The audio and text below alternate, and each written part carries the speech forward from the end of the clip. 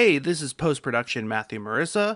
This is a part 2, so if you haven't seen or listened to the previous part, check that out first. In this one, we are a bit more critical, but I want to note that since we recorded this, the game has received a few updates, primarily to the UX, UI / Civipedia, which are all things that we're pretty negative on, so some of the information in this may be a little outdated. Just keep that in mind. I'm connecting to the internet. Internet. Networking software. World Wide Web thing on a computer today. Computer. NetSurfer Pro. The change that I don't like is, as a single player game at least, you are basically just playing a England simulator. So we mentioned Distant Lands. Yeah. This is an integral aspect that I do understand and I like the idea of. The idea is basically, in the first age, you are not going to get the ability to cross deep ocean. One of my favorite things to do in previous Civ games is hard rush cartography so that I can go across the ocean. You just can't do that until the exploration age in Civ 7.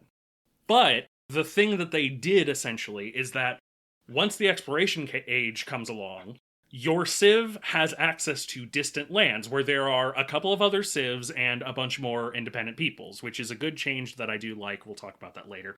This is a gameplay consideration that is kind of added because it was easy to, get stuck. I mean, it is still a little easy to get stuck if you're, on a corner, a bad corner of the continent you start on. And so the idea of sectioning it off to a specific age that is about going to the new land and, settling new cities, talking to the people there, colonizing the people there, that makes sense. That is something that I like the idea of.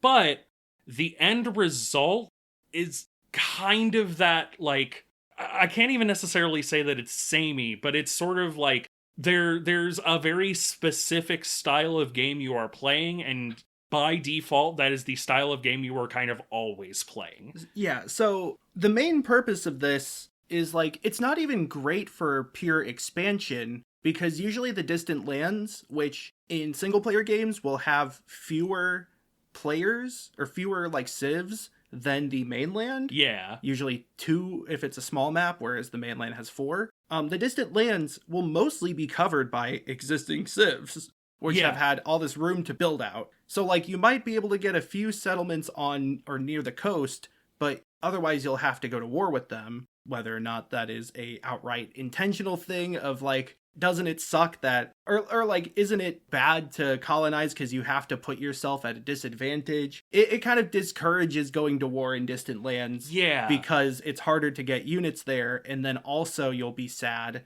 and, all these other things that make it harder to do that. But the tiny islands in between the continents are usually 3 to 5 spaces big, not enough to have a city at all. Yeah. And the reason for that is because they're mainly for the treasure fleets, which I do have a bit of a rant, but that can wait. And the idea is that you are creating these settlements almost purely, to have an outpost in the water that says when other people are coming to your continent to kill you, but mainly to get one specific resource that you can then ship to your civilization's main continent. Yeah. That is a very colonial way of thinking that is explicitly the only way to get economic legacy points. Yeah. I think it is kind of awkward, not necessarily because it implies colonialism good or promotes that. I think representation versus promotion is a complicated issue that we don't need to talk about because we can't. It's too complicated to... Yeah. I think it's just kind of boring almost, that every single time it's time to colonize, time to get this tiny settlement on one resource, and then there's not really any alternative to... they added, I think, a civic that one civilization has access to, because some civics are locked for certain civs, to you can spawn treasure fleets on mainland that are connected to navigable rivers, which are rivers that boats can go through. Yeah. That is really the only alternative to getting economic points and doing the economic victory. And again, I'm not trying to make a morality judgment on the game for depicting this. It's more so that it becomes very rote And I think that is more of an issue I have, is that in previous Civ games, I think they did a good job at creating leaders that encouraged a wider variety of strategies. And by consolidating the like ages into these unique games, these like mini games, you end up focusing on the mini games, but the civs and leaders don't often do much to make that unique. Yeah. I feel like what you mentioned about ocean travel being locked to exploration and further is kind of bitter, because it means that you can't have a nautical civilization in antiquity without fundamentally changing the game. Yeah. You can have boats, but the boats only work on your mainland and have a lot of limitations. Because, like, other people are going to have continental cities, but, like, you're not going to get much use out of boats unless it's to attack one continental city. Yeah. And if you're just trying to use the boat to scout outward, then you're better using scouts because they can see further. And also, you need to be allies or have open border. And like, essentially, like, it feels like there is very little aquatic nautical gameplay, and they do that on purpose. But like you said, it means you can't have things like, was it Coupe who could start on the sea? Yeah. Maui? Coupe was always one of my favorite ones to play in 6, because you can't have Maui in Civ 7 because the sea, like, doesn't exist in the Antiquity Age. Yeah. I brought up Kamehameha because he was one of my favorites in Civ 5, because he got, like, the idea with him was that you could immediately start going across the ocean. And I guess you could do that if you started in exploration. It just means that you're skipping out on a third of an entire game. Yeah. It's the kind of thing where, like, I don't want to criticize it from a Watsonian perspective. I do kind of get what they're going for. Like, I get the idea of what they're trying to present, especially if you consider this to be something like a game that puts you in the perspective of a colonial power, which primarily that's what a lot of these games are. Mm-hmm. Like, I do understand that idea of there's this beautiful, quote-unquote, untouched new land that happens to have a bunch of inconveniences on it, like other civs and independent people. Like, that's the mindset that they're trying to put you in, and I understand that. What ends up happening oftentimes with Civ is that the ideal win state is that of being a horrible, like, warlord emperor, but the counterplay is the, like, more, I don't want to say moral, but it's sort of the more humanist choice. Yeah. So, for example, in the modern era culture victory, you need to get artifacts. You get artifacts from building explorers and excavating dig sites. They've changed how this works in the most recent patch as of recording, which is March 6th, 2025.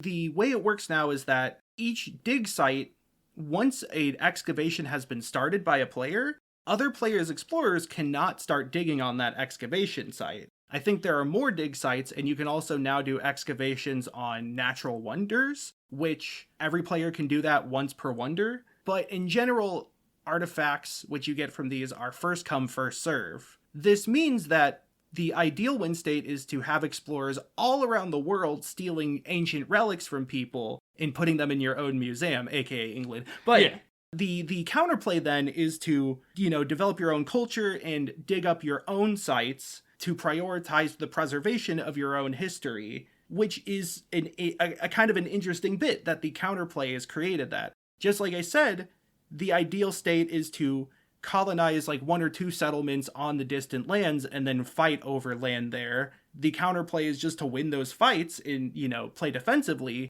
which drives out the invaders, and you'll probably even get an extra settlement from that by stealing it from them. Yeah. So the counterplay is the, like, quote-unquote moral choice in this instance, or like I said, the more humanist choice, whereas the ideal state is to be a monster. And I don't know if that's cool or not, but I think that is an interesting element.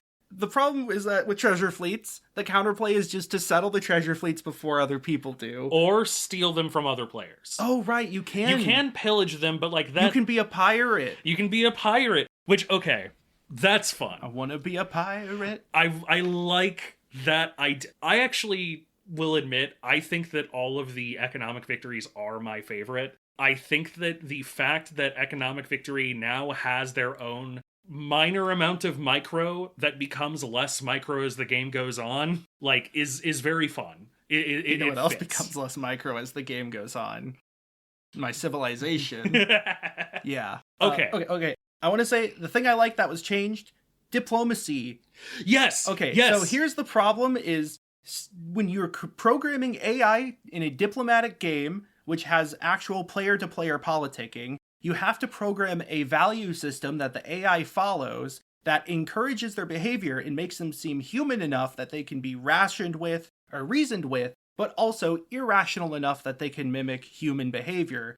This is bad. This is hard. This sucks. What they have done is they have created pure, like, resource economics around diplomacy. They had diplomatic points or, like, votes in Civ 6. I think it was, like, influence. I know that there was influence, and I know in Civ 5, the World Congress that was held, like, every round. That was held like every, 20 rounds or whatever. Gave you votes based on who you were suzerain of, and like, some wonders and civs and whatnot. The World Congress sucks. I don't like it. And they don't have it in Civ 7. Influence is spent to become suzerain of an independent power, which turns it into a city-state once it's become suzerain. It takes place over a number of turns, and all the costs for everything influence-related increase per age. You can use influence to expand trade routes to allow for more trade routes to one civ. You can use influence to start projects or endeavors, which are beneficial to both parties. The other party can spend influence to make it better for both of them.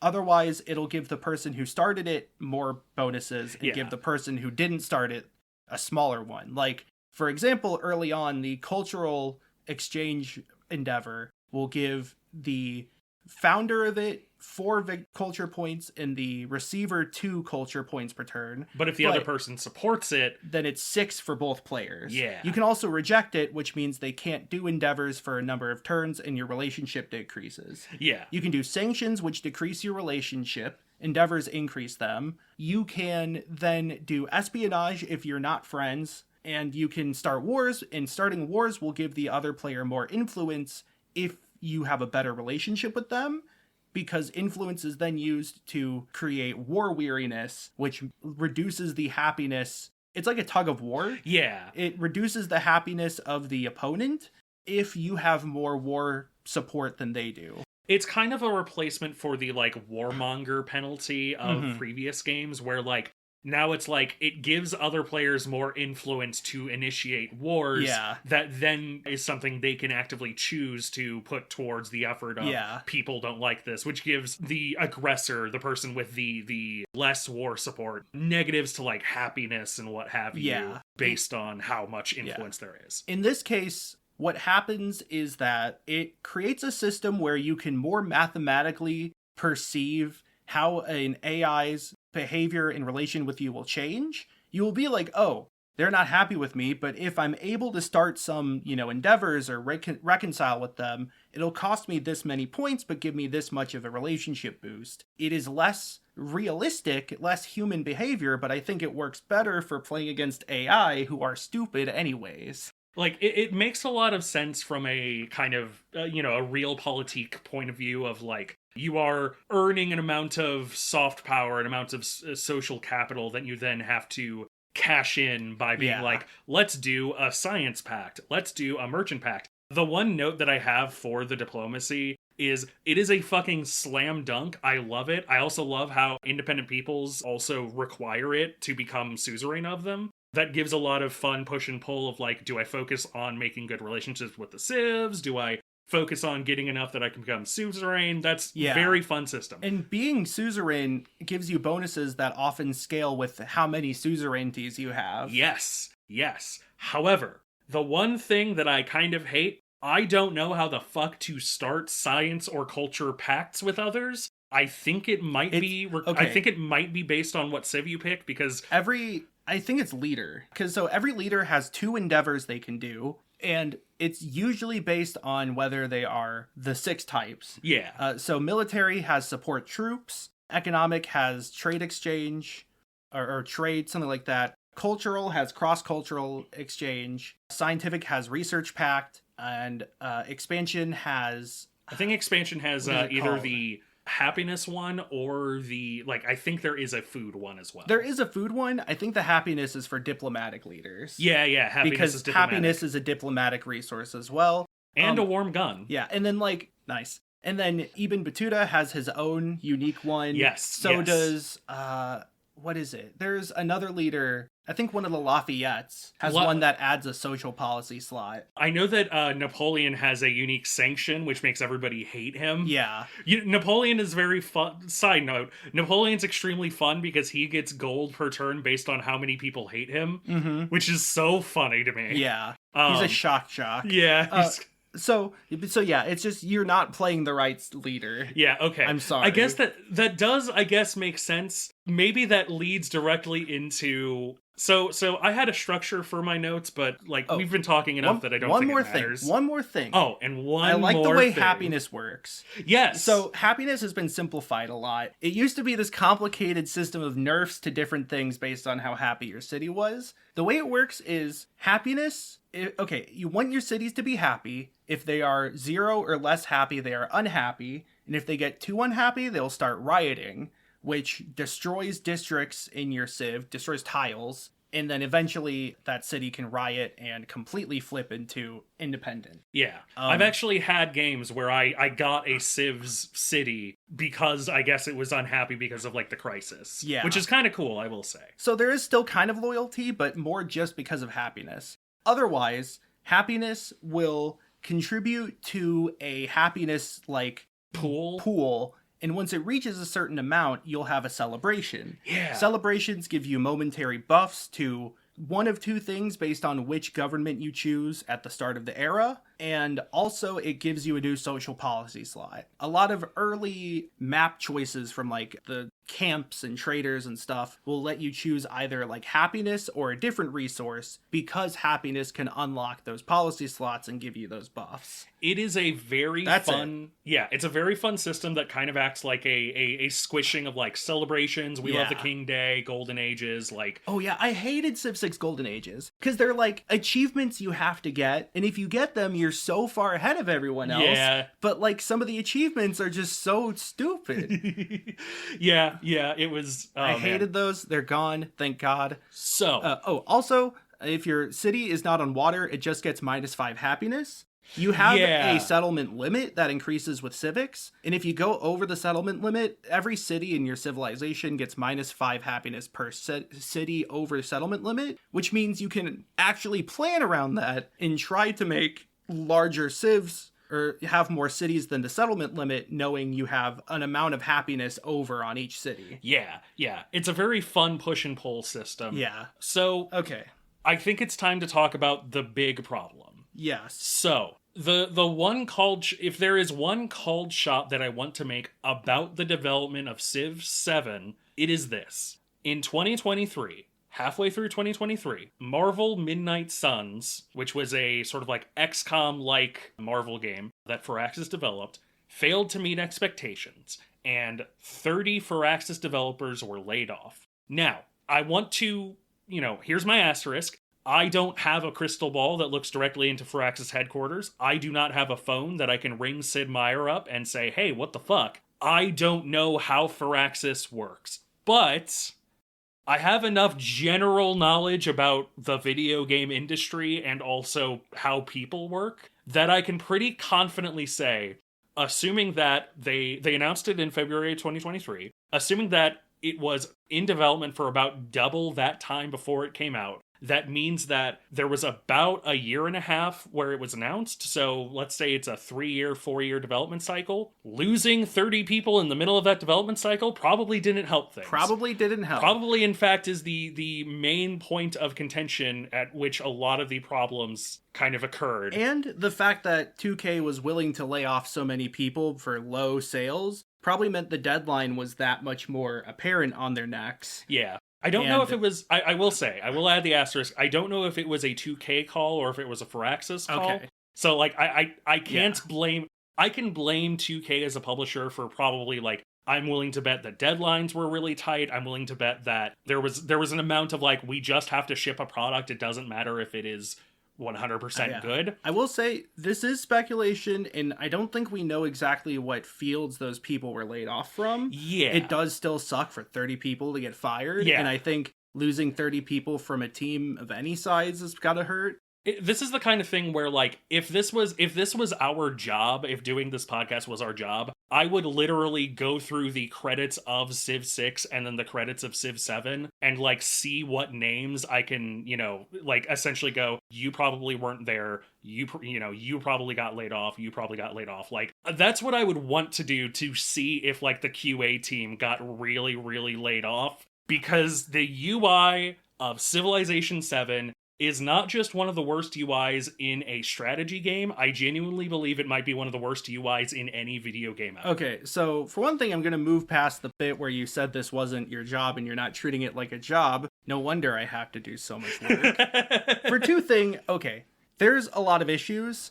One thing many people have said is that, like, you can have a QA team that finds a lot of shit and doesn't get, like, the time or the respect or the budget to fix it. The game has to ship at some point, and clearly they were willing to ship with a lot of problems in place, because there's also a lot of bugs that have happened and that aren't related to things like UI or UX. It could just be that this is the state it shipped in. With that in mind, I think, like, it's hard. I don't want to just say, QA is terrible, UI is UI is bad, and they're trying to fix that, but goes back to our point that, like, it's not a great game right now, not for mechanical reasons, but for information reasons. Yeah. I think there's a lot of issues, and I have written down a list of grievances that I would like to announce here. The itemized list of grievances, and I will certainly have my own as well. Okay.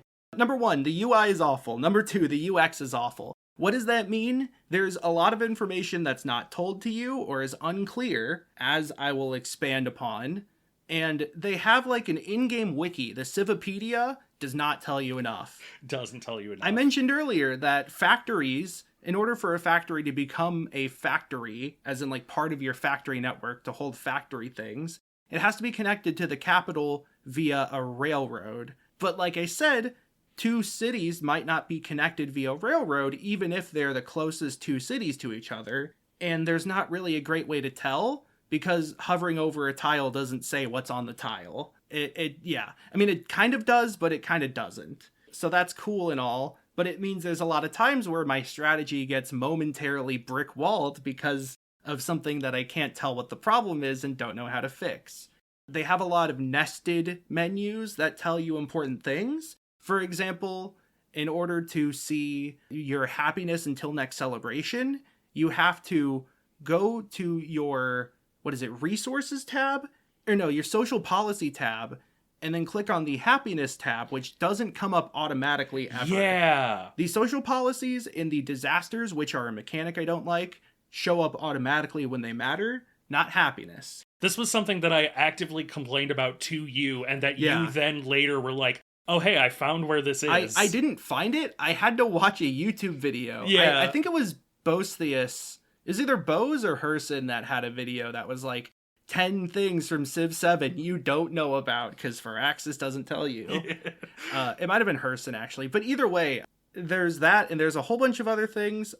I love the way resources work, but sometimes it says a resource can't be moved because it doesn't connect to your capital. Yeah. And I don't understand why. It can be complicated. I just wish it told you what requirements things like buildings have or mechanics have a bit more clearly, which to me feels like they didn't have a lot of the ability to test the wording and then fix it. That's like such a down the line thing. It doesn't affect shipping the game or playing the game as far as like, is it literally playable? You can't do like those blind rulebook play tests if you don't have the time for them, but they're also kind of unnecessary, quote unquote. Yeah, lower on the list of priorities in a development scenario. Yeah. So number 3 is it barely tells you anything. Number 4, overbuilding is arcane. Does it remove the bonuses that it gets? Do the buildings from previous ages go away? Do the buildings from previous ages matter? So it doesn't show you the difference between the resources you're getting and the resources the tile has. So like you can have a tile with a rural improvement that has like a bunch of good shit, and then the game will be like, you should totally put a market here because it'll be worth 6 gold, but like the tile is giving you 3 production, 4 science, 3 culture. This is something that goes directly into a criticism that I have that I very much agree with, which is that your cities are not readable at a glance, which becomes a problem when your cities need to be readable. Yeah. Like, to give you a good example, for what you said with overbuilding, for example, let's say it's the exploration age, you have built an altar. You built like an altar and an ageless building that doesn't matter, let's say. You build an altar and you're like, I want to upgrade this. When you click, whatever building you pick and then you hover over it, the tile is just going to show you like the raw output of the tile currently, essentially. Like it's going to be like you're making 2 culture and 2 hammers, 2 production from this. It does not tell you that 2 culture is coming from the altar. It does not tell you the 2 production is coming from your sawmill or whatever. It just tells you this is what this is producing right now, and this is what placing this building will do. So if you want to build a temple over an altar, for example, if you click temple, it will not show you the yields of the tile as is. Yeah. You have to mouse over the tile and then maybe it does. It's hard to tell.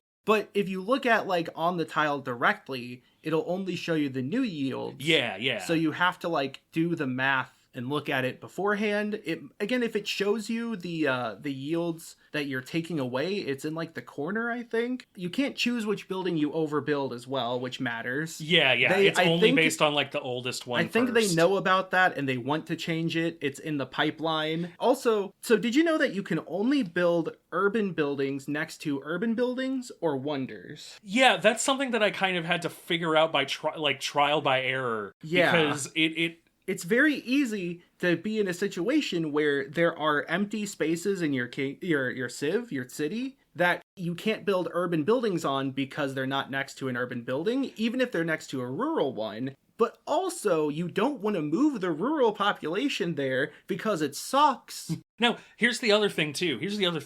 When I say UI, UX, what buildings you have built are important. What buildings you have built are important, and what rural buildings you have built are important, especially for towns. For example, you build a town, you plop down a workshop, a clay pit, a workshop, a fishing quay, a farm, a workshop, etc. And then at the end of that, when the town can get a specialization, a lot of the benefits you get are +1 production on workshops, clay pits, and what have you. +1, food on farms, fishing. I want to grab Sid Meier and sit him in front of a 4-hour game that I have played, point at the screen and go, which of these are fishing? Which of these are farms? Tell me right now at a glance, how many of these are workshops? How many of these are clay pits? How many of these are farms? And tell me which one of these I should pick. And if you can't tell me this, then go back to the fucking drawing board. I'm sorry. I will say, fishing boats are the easiest one because it's literally any improved water tile. Yeah. Including rivers. That's why I tend to default to them because I tend to play a lot of coastal, and it's the only one that I can immediately tell, I have 6 fishing boats. And I kind of can tell what farms and clay pits look like, and clay pits are a little bit unique. I'm not sure. It's harder to tell for woodcutters, but there isn't an easy way to see what it's going to give you, or I think that there is a green outline on the things that would be impacted by it. I think that there's a green outline on quarters and on rural sections in towns specifically. I want to specify then that while we are talking about these, if they do exist, they are not apparent. Yeah. And I think in a lot of ways, the goal of a UI designer, UX designer, is to make those things more apparent. If we're stupid, but we're observant, imagine how many people, imagine the average stupid person. That's the, there's got to be a lot of people who turn it off because they can't find the happiness thing. And I couldn't find it until I was told about it from a YouTuber. So I am going to have a very specific rant about a very specific social policy, but I do want to, before we move on to the next grievance, I want to give a bit of a compliment sandwich here. I love resources. One of my biggest pet peeves in Civ 5 and Civ 6 is that places would have a resource like deer. Deer exclusively just means if you put a camp here, it has an extra production. This tile has an extra production. But it took me a very long time while playing Civ 5 and Civ 6 to understand that I didn't somehow, like, get deer connected as a resource and it did some kind of secondary thing. Well, Civ 7 has changed that to where when you plop down a tile on a resource, you now get that resource. It makes a lot of immediate sense. It gets you an immediate extra little biscuit that you can slot into towns or cities. The biscuits are good because they give you plus 10% science. Yep. In antiquity. Their actual effects change through the ages. Usually they're similar, but not always. Biscuits are not as good in exploration. It's a good system. Yeah. It's a really good system. Teacher, I have a question. Oh, yes.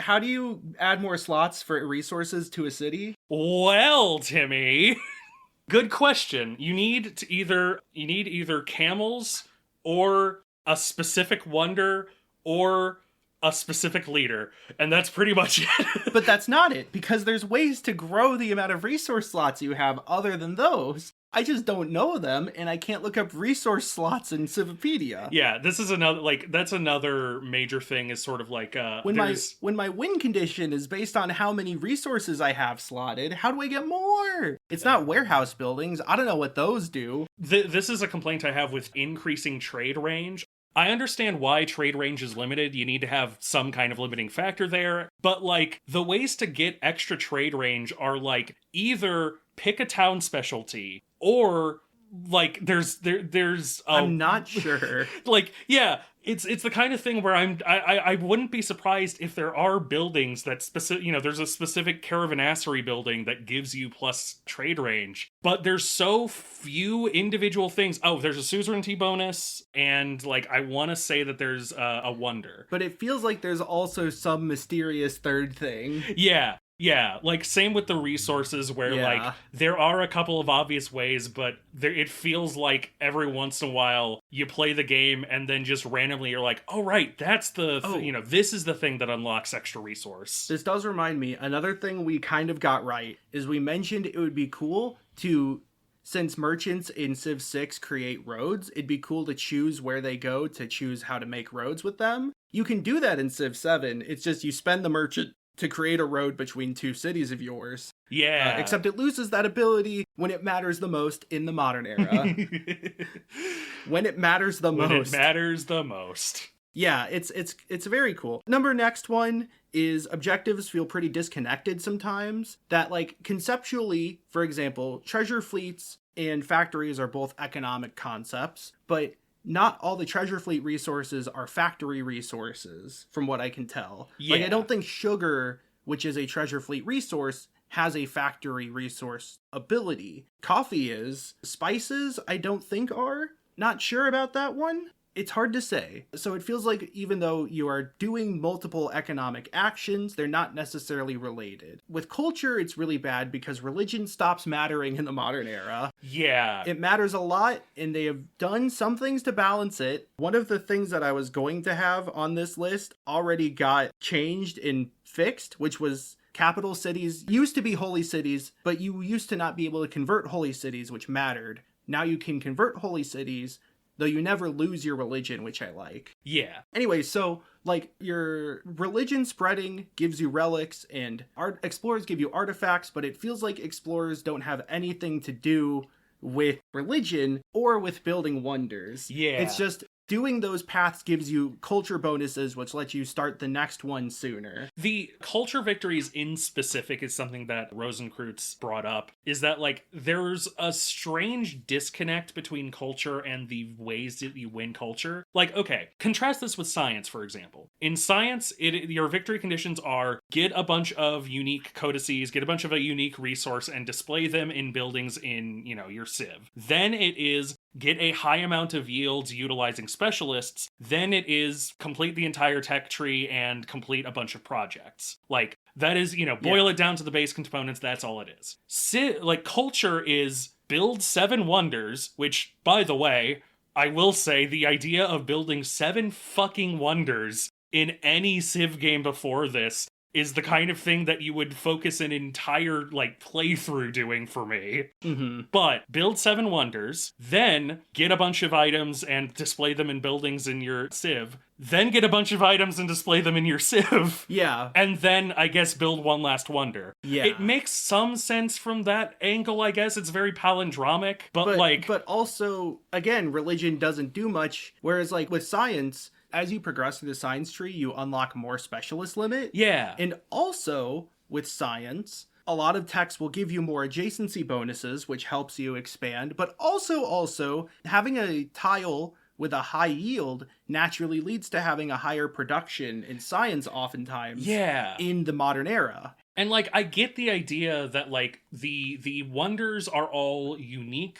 improvements that you have to fight for, and so having 7 of those is a unique thing that gives you a bunch of bonuses, but it's not the kind of thing that, like, feels cohesive. Like, you can get the Gate of All Nations and the Hanging Gardens and the Oracle, and, like, all of these individually give you good things, but, like, does it really contribute to a higher stuff? Especially when, like, the base... Yeah. Especially when the base culture yield is really low on a lot of wonders. Yeah. Like, wonders primarily give you, like, adjacency bonuses, more or less. The main thing is just that the monument, which is a culture building, gets adjacency from wonders. Yeah. I think also part of it is that wonders are unlocked via civics. Yeah. That's sort of the main justification for that. This does bring me into micro grievance, the next one, which wasn't originally on my list, but I thought about it this morning. I don't like the way they do great works in Great People. Great People are named, but they are civilization specific.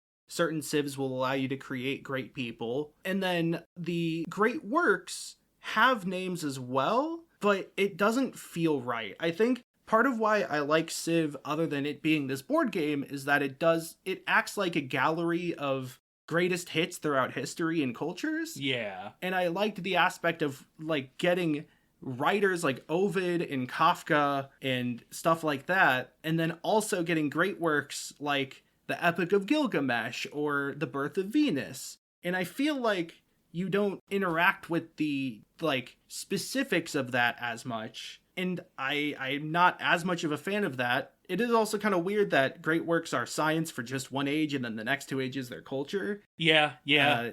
I don't know how I feel about that. Next grievance is... Wait, compliment sandwich? I like economic victory. I've already mentioned this. I want to just quickly say... I think economic victory is probably, like, domination victory makes a lot of sense. Domination victory is one of the easier ones to code. I think that, like, I do think that there are, like, a lot of the individual tuned aspects are poor, let's say, could do with a lot more tuning, you know? Yeah. But I actually really think that the idea of, like, get a bunch, import a bunch of resources, very Silk Road style, literally it's the Silk Road is kind of the idea of what you're unlocking there, into exploit your colonies, into build a big factory that connects everything. That, in my mind, is, like, really, really cromulent. Okay. That all fits together very well. Here's my thing. Traders, they help you get resources to slot, and they also can give you factory resources to put into your factories. Traders do nothing for treasure fleets. Yeah. Also, treasure fleets, okay, here's an issue. Map generation has been a hot topic. Yes. There's a lot you can say about it, but I think my biggest issue is that treasure resources are very poorly distributed, because you can have this vertical chain of islands that is about 10 hexes wide, and there will only be one treasure resource along them. Yeah. And so, like, obviously, you do still want to settle first in those distant lands, but there's a good chance that an AI will just be closer to those. And even then, you're only getting one treasure fleet point per turn, which is not a lot. When you consider the other win conditions of, like, the modern age, or the exploration age, the other win conditions, they give you more progress or they require less. Like, you need 15 relics to be slotted, which, let's say you take the one for converting capitals. That gives you 10, and then you can easily get the other 5 from civics. Yeah. That is pretty quick, all things considered, compared to like the 30 or so trade fleet points you need, when each one can give you only 1 point. They spawn every 6 turns, and they require 3 to 4 turns to go to your capital. Yeah. Like you said, the map gen does feel like a big contributing factor where, like, Yeah. I understand the idea that you don't want to pack the mini islands between the two main continental landmasses with resources such that somebody can only focus on those. Yeah. But it does lead to, like you said, I had like 3 cities on that belt, and I had all 2 resources that I could exploit from it. Like, so that's 2 points every 6 to 9 turns. Yeah, when you include travel time. Like, yeah, it's the kind of thing where, like, of all the victory conditions, I think that economic is the one that just needs tuning more than, like, would need an overhaul of some kind. Likewise, with factories, I like the concept. I think the fact that it's so hard to tell why I can't build a factory in a given location. Yeah, that one I did. The modern age, we'll get to it. I like the idea, but it already takes a long time to unlock factories on the tech tree. Yeah. And then you take into account the fact that you might not be able to build factories at all. And it's like, I feel like I'm starting on the back foot when explorers you can make on turn like 4 and then get a artifact on turn 6. Yeah. And even then, like, you already need technology and science to unlock factories. By the time you get that started, you're literally like a third of the way through the tech tree to get to science victory. Yeah, it needs so many factory points as well, and then those are limited by how many slots you have for resources. Yeah, that's limited by how many slots you have, and which is takes confusing. A while to... So, like, you have to go through all this work and all this, like, confusing fog for a slow win condition. Next grievance, though, is that artifacts are terrible. They've added more ways to get artifacts, but they've also made them more first come, first serve, which means you can have situations where everyone has like 10 artifacts of the 12 they need to win the culture victory, but there's no more ways to get artifacts. I don't know what to do in that case. You've essentially given me a really fast roller coaster and put the brakes on it right before it reaches the loop-de-loop. And said everyone else's roller coasters can do the loop-de-loop, but not you. So I am not in the business of like directly asking developers for things. If there is one thing that I feel like would do better, like if there is one thing that I feel like should probably be long-term reevaluated, I think there should be at least one extra victory condition in each victory for each victory style. Yeah. Like, I want to be clear. I don't know what necessarily those are, but like okay, here's a good example. Tourism in Civ 5 is one of my favorite culture mechanics because like it is a non-diplomacy or non-like military means of attacking your opponent, of making a problem for your opponent to then solve. Like, if somebody is really, really good at tourism, that might be a problem in and of itself that makes you go, well, shit, I want to build another tank, but I guess I need to build a culture building in order to shore up my defense. Like, I liked that aspect because it was the kind of thing you're fighting players for, but it's also the kind of thing where if you're not in that, it's not that you can wholly ignore it. I've wholly ignored a lot of the culture side when I haven't been specifically playing culture. I've also kind of wholly ignored, like, a lot of the science side. And there's an amount of that is probably built in of, like, you're specialized for military, you should be doing more military things, etc., etc. But if I do then go, I would like to play a culture civ, I have in fact done that. I have in fact gone, I'd like to play a culture civ. And you want to know what it is? It's kind of engaging in the first era, and it stops being engaging pretty quickly in the next ones, in my opinion. So, like, I think part of the issue is that just, like, the stuff you're doing to win doesn't really affect... Okay, with wonders, you at least need to research things to get wonders, and there's, like, the wonder construction endeavor that you unlock through the tree. So, like, how you go through the tree matters. With religion, you get it when you research piety, which is one of the first ones you can unlock, and then you're kind of doing its own thing unrelated to the culture tree. In fact, religion has a separate 3 civic tree that isn't part of the tree. It's not even a tree, it's a line. And then also, with explorers, it's the same thing. Technically, you do need hegemony to research a few other things, but one of the first civics you can unlock in the modern age is explorers, and then once you do that, for the most part, explorers are doing their own thing. So it feels kind of like you are given a goal, but then the resource that you have created 1/6 of the game around is no longer relevant. I know that religion in Civ 6 kind of had the issue of like a religious victory was the kind of thing that happened in the Antiquity Age, or it didn't happen at all. And it was the classical era then. Like it was the kind of thing where you unlocked one civic, you unlocked another civic, and if you were spicy, you unlocked a third one, but by that point you probably already have 100 missionaries out converting the entire world. It feels like they kind of took the fact that that was not a fully baked system and kind of went, what if we just made this the system for one age? Yeah. And I don't know if that works. Okay, you want to know the weirdest thing to me? The things that you can unlock with a culture and a science victory in each age, at least up until the modern era, is basically an option that says your libraries or your like monuments or amphitheaters stay how they are. Like you keep all of the yields. They don't become, like very low yield things. They become golden age libraries, golden age amphitheaters, and therefore they keep their whole yield. That's cool. That's interesting. But it's weird to me that like there isn't even a secondary aspect with religion in the modern era. Yeah. Of like you retain your bonuses and get an extra thing based on the religion that you just invested a bunch of time into. Yeah. It's really awkward. Yeah.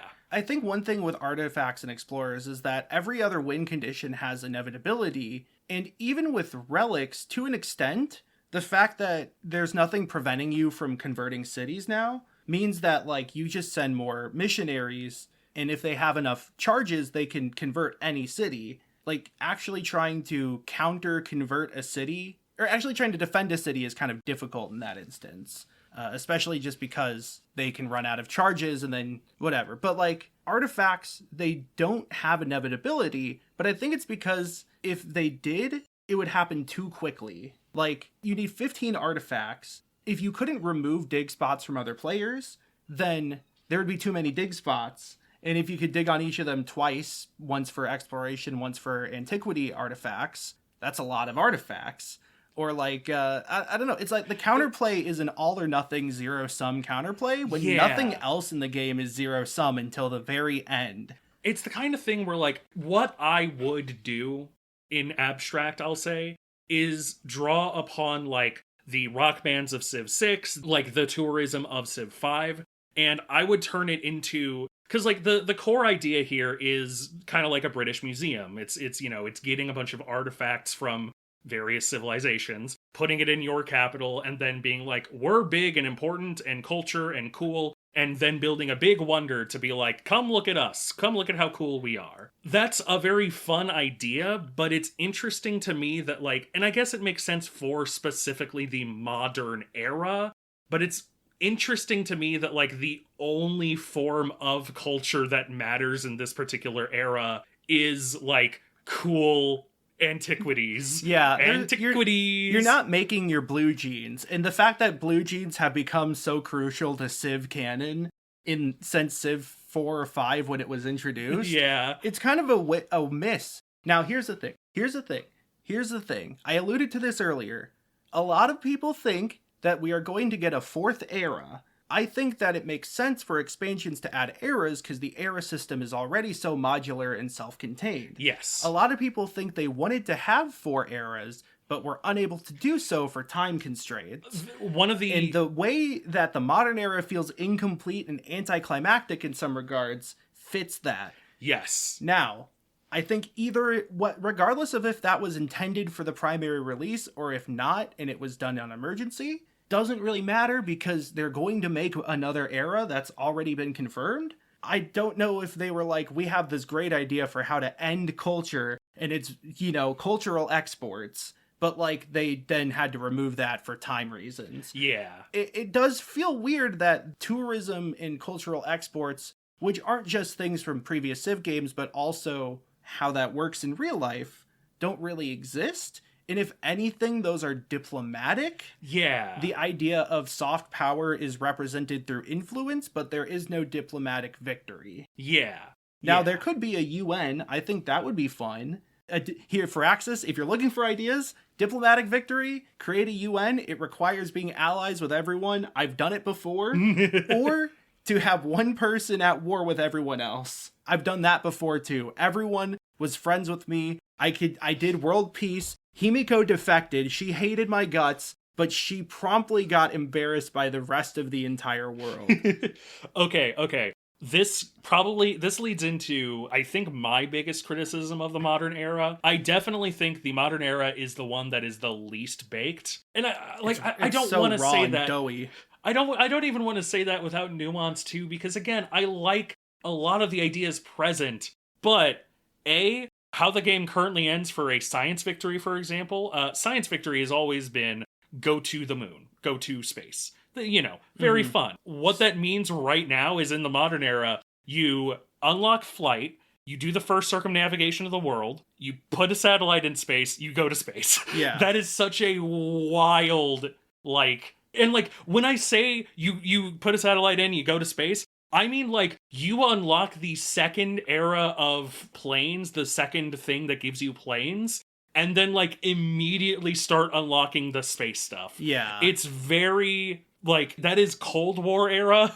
That is not so okay. The thing that I dislike about the modern age is ideologies. So, one of the things that I think we've alluded to before, but to explain it more in full, civs have their own individual culture trees. I like this. I love that change. I love that civs have their own small culture that you can invest in. Some civs are more about getting the bonuses that gives you and then using those bonuses to do other things. Some of them, it's more just a secondary bonus if you have extra culture and extra turns that you can use. But it makes a lot of sense to be these are increasing benefits based on the history of your civilization. Because of this, because they are very specialized, they're usually just 3, maybe 4. That's fine. However, ideologies, there are 3 of them, and all 3 of them have 3 levels. You get the first one, you get the second one, you get the third one. Small grievance that I'd like to add, why the fuck is fascism the one for an economic victory? I understand, it made the trains run on time. Democracy is literally the thing that led to capitalism. This is a known factor, is democracy was the thing that won out that then led directly to free market capitalism. However, I think that what it is more of a limitation of the fact that there's almost certainly going to be, like you said, there's going to be another era, and it's almost certainly going to be after the modern era. And so, sure, you don't want to make, a big tree just for this one era, except otherwise, the thing about ideology is that despite the fact that it is a culture tree, it directly more impacts your military, because choosing an ideology makes you friends with everybody with the same ideology, and everybody else hate you. This was an optional game mode in Civ 6, the secret societies. Yeah. And you could also just not have an ideology, which I tend to do, because I'd rather not get in a fight. Yes. I chose fascism because I was playing Machiavellian and I was playing Mughal and I was going for an economic victory, and I was like, oh, cool, this is the only one I can choose. All right, I guess.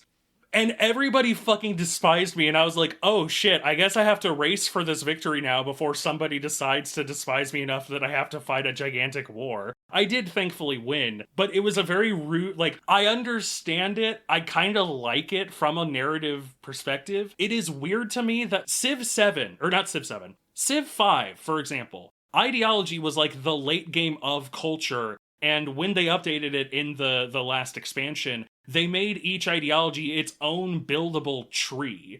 You built the foundational principles, and then when you had, 2 on the bottom, you could get the second level, and then once you had enough of the second level, you could get the third level. That was cool. That was fun. That also showed that, there was an amount of, overlap, where science is very good out of communism and fascism. Culture is very good out of communism and democracy. Economics is very good out of fascism and democracy. That was fun. It is very strange to me that now all of democracy is 3 civics, and they are very specifically, oh, are you going for a science or cultural victory? Do this. Yeah. Oh, you're going for a military or economic victory? Choose fascism. Yeah. And again, we're not going into the actual political theory and Yeah, how those yeah. are represented. It's more so like it is kind of weird to compress it down so much, and it feels like that because it's not meant to be the end of the game. I don't know. I mean, the communists have the music. The communists do have the music. But I don't really have much of opinion on whether or not it is an accurate representation of those, like, philosophies or what have you. I know a lot of people commented that, like, at first it's weird that communism gives you food, but then you think about how they have, like, food is also represented via housing. Yeah. And you can think of, like, Soviet blocks as that, of, like, public housing. I know that, like, hospitals and stuff are also usually represented as giving you plus food. Yeah. So there is that. I think it's another instance where people who play Civ to be a historical sandbox and people who play it as this crunchy game mechanic-y game with strategy and builds and stuff are, like, clashing. Yeah.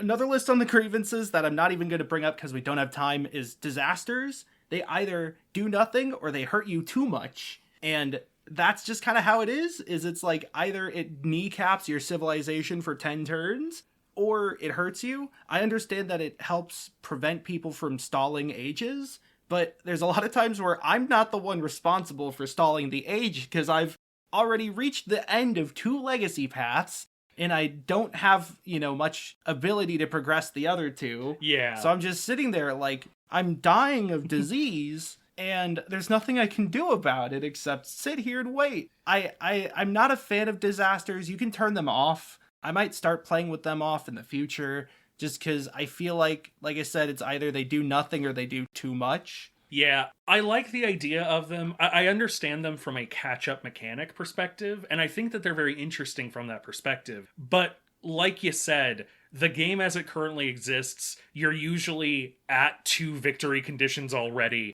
just sort of waiting for it to get done.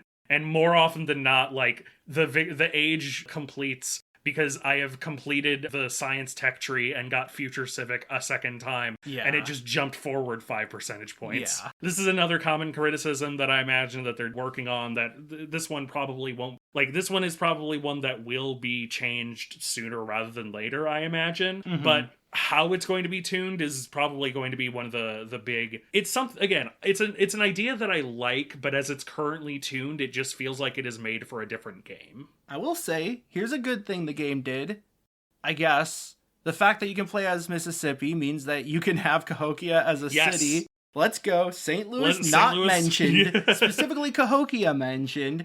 Really cool place. I've been there. Cahokia is there, and if you play as the Mississippi, you can also get a city that is Missouri, which is, fine or whatever. Yeah, I mean, I think, I don't remember if that was something we talked about or mentioned in the Civ 6 episode, but thanks. Yeah, thanks, I guess. I just think it's cool. I like Cahokia. I unironically, I love the Mississippi because I love economic expansion. Economic expansion is my favorite type of Civ. And, like, I love that every time I play them, I get to slap down Cahokia and be like, I recognize that place. I've been to those mounds. Mm-hmm. My favorite leaders to play are Ibn Battuta, who is very flexible but has a really funny strategy where you power out your first settler before everyone else. Yeah. I've been trying to get Trung Trak to work. Very difficult. I like Ben Franklin, and I've liked Ada Lovelace so far, because she can Neum through the tech tree. I will say as well, I agree with people that Maya is busted. Otherwise, I don't have many opinions on the civs themselves, especially as they go through the ages. Yeah, as it currently stands, I could not feel confident enough in a lot of those opinions, basically. Mm-hmm. I do like Machiavelli, and I like interacting with the... Bro said he likes Machiavelli. Yeah. That's the worst thing you've said on this podcast. It's true. Call me the prince, because I'm trying to... I don't even know where I'm going with this. I like Machiavelli. I like Harriet Tubman. I probably need to play Greece, considering that their Civ bonus is just getting more... like, literally just getting more influence. The funniest thing is that Harriet Tubman starts with, like, +3 free war support, meaning nobody wants to declare war on Harriet Tubman. It's so good. That's funny. Like, yeah. That's, like, honestly, that might be the thing that gets me to continually play her, just because, like, Like, the espionage is fine. The way I play, I end up being friends with everybody, and so I don't really want to use espionage. Yeah. But it is a good, like, it's a good, very good bonus, especially, I imagine, in multiplayer. And yeah, the fact that you get an immediate bonus to war weariness is very nice and does do an amount of, like, dissuading people from attacking you. Yeah. And then you add that with the military attribute that gives you free war weariness. You And the add Gate that of All with Gate of All Nations. Nations. And just people declare war on you and they are immediately depressed. Yeah. It's like it has neat stuff. I think the mementos are cool and add some fun strategizing. It's confusing to me sometimes because the button to change them between ages is hidden away. Yeah. And the button to change them and select them on multiplayer lobbies is hidden away. Yeah. But they're necessary and they're very important. Okay, here is a niche criticism. This is one of the criticisms that I'm going to say. I don't think they should change the game. This is entirely a me thing. I kind of hate mementos because it means that every leader has a battle pass, and how to unlock that battle pass is play multiple games of Civ. Yeah. So you can always end after one era, but even then you still have to play one era. Yeah. And like I do wish either the mementos were quicker to unlock than they are. Like you could unlock all of them in 2 games, I think would be fine. Especially because you have to play leaders you don't care about in order to get all of them. Yeah. And while normally they do give abilities that are based off of what they are, Yeah. like the military leaders will give military mementos, it's still good to have those for other things, especially if you like one military leader and not the other. Yeah, it's a fun system because a lot of times you unlock a small sub-ability that is related to the leader, and that's fun. Like, literally, Harriet Tubman's first unlock is she gets a migrant every time you complete an espionage action. Very fun theming. I like that a lot. Migrants were also something we mentioned in the episode. Oh my god, yeah, that's right. It works differently than what we said, but... Hey, Sid Meier, I know that we were joking. If you are listening to us, actually do reach out. Or maybe another developer, I don't know. Like, Sid Meier is the Todd Howard of Civilization. Yeah, if something goes wrong and I immediately curse Sid Meier's name. Yeah. So yeah, the mementos, like, I don't think they should change anything. What I would add is, like, Civ 6, Civ 5, they had, like, side campaigns. They had scenarios, you know? Where it's like, it was the fall of Rome or, like, you know, the colonization of Africa. Those were fun because they were side things that you could, you know, use a lot of game knowledge for, but in a different, unique scenario. What I would do, personally, is have some of those and have those contribute to the XP. You know, like, here's what you do. You have one for each leader that brings in, like, their strategies. They're like special, Yeah, they're special things. Like, I feel like that makes sense. That's something everything does. Fucking Yu-Gi-Oh! Does that. Bloons does that. You know what? You brought up Yu-Gi-Oh! I referenced that I want to rant. I'm going to keep this very short. Okay, because we're already over 2 hours. We're probably wrapping this up after this one. We've been recording for a while. Thank you very much for your service, for everything that you do. You're welcome. So, there is a social policy called Medic. The text on the Medic card is +5 HP for, like, +5 HP heal to units. That is all the card says. Mm-hmm. This single card is my absolute least favorite thing in the entire game. Because it says +5, like, it says +5 heal to units. Does that mean if I take the heal action with units, then they will get an extra +5 healed, which I believe that they heal 15 by default, so plus 33% heal? Or does that mean every turn they will heal +5, which is equivalent to 1/3 of a heal action every turn? Or does that mean when I slot it in, they heal +5, and then nothing else happens, I guess? So, like, I have it on good authority, which is that there are other effects that are +5 heal to units, that it is the former of those 3. It is when you take the heal action, you heal more health. That is fair. That is fair. It doesn't say that, and it should is vague. It should say, like, per turn, or you know, when you take the heal action. Yeah, like healing is +5 stronger or something. This is, like, the thing that annoyed the shit out of me is just that this is like Magic the Gathering from 1990s rules. You know, this is Yeah. design cues we have had in, like, if reading the card does not explain the card, you have made a bad card. And I hate to say it, I hate to be that directly rude about it, but it just kind of is true. And that one card is something that I have, like, ranted to multiple friends about. Yeah, Because what do it's you just... mean? There's a river between the battlefield. Which side of the river is it on? Yeah. God. I can't believe that legacy text made it a difficult card. It made more sense in the original text than the legacy text. We all love old shitty Magic cards, like the Shell Game hat one, or I think there's a different one. Yeah. Yeah. Yep. We love the one that makes you take a card and rip it up. And then we love the one that is an unset card that makes you take it and rip it up. The rip it up is the unset card. No, there was a different card that you could tap and then rip it up and then spread it all over your guys, and you would win. Literally incorrect. I know this because I know Magic the Gathering history. Literally incorrect. I know our history, which is that, judging by the length of this episode, who knows if this will all be in one piece when we're done. So I think we need to call it here. Thank you for listening. You can find us on any podcasting platform you like. Give us a like, give us a rating, give us a review. Let us know how we're doing. Let us know what you want to hear us cover next, or things you think we might like. You can also find us on Twitter at NetSurferPro, and on Blue Sky at netsurferpro.bsky.social. And we post teasers for upcoming episodes on there, as well as updates on delayed episodes. So it's like an early peek and a late peek. That's fun. You can find me online at Twackaroo or at twack.bsky.social, TWAK or TWAKAROO. I mainly post on Blue Sky nowadays. I post my hot takes, a lot of pinball posting, whatever comes to minds. And then also, you can find me on Twitch, on twitch.tv/twack, TWAK, yet again, where I stream.